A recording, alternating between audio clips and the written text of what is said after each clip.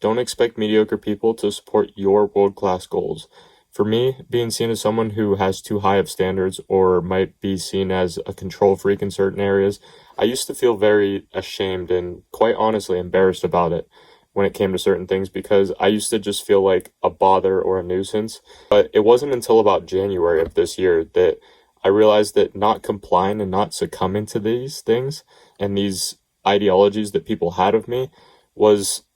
the limiting factor that was holding me back from making the amount of progress that I've made since destroying that limiting belief that I had. It allows me to be very unreasonable and very irrational in a world where, yes, I understand not everyone is going to resonate with me and not everyone's going to agree with what I have to say on certain things,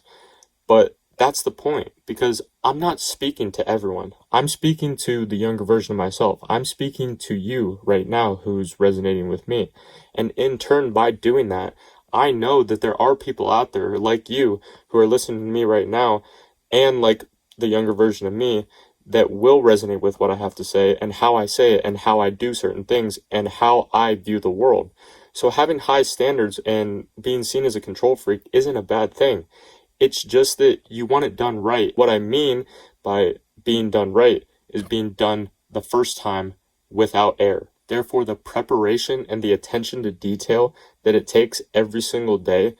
I'm not going to lie, is going to require a lot more work for you and for anyone else involved in the thing that you're doing. That's why I'm doing this YouTube thing completely solo right now, because I haven't found another person in this space willing to be side by side with me in the trenches every single day,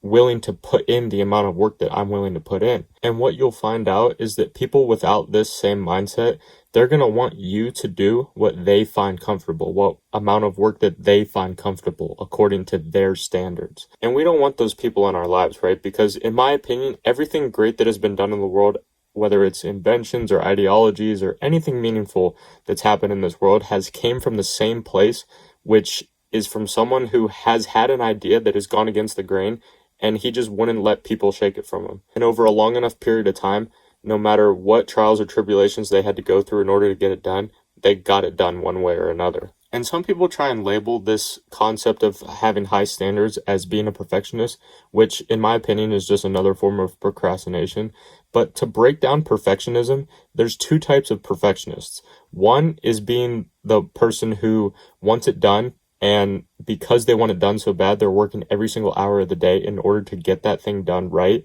And the other one being someone who says they want it done right, but they're using the label of being a perfectionist as a crutch to just delay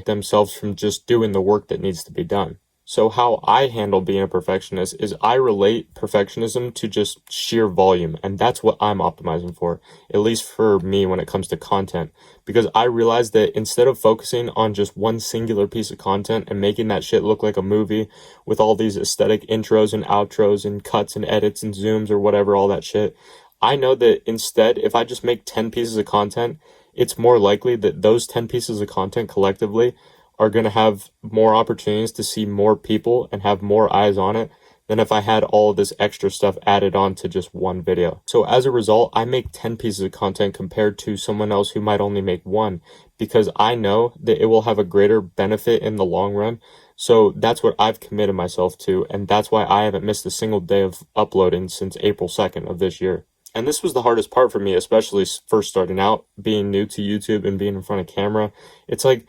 because if I were to try and base what I thought a good YouTube video was when I've never done it myself, then why would I try and spend all of my time trying to create what I thought was the perfectly aesthetic video instead of just putting out the content and putting out the sheer volume and consistent effort every single day,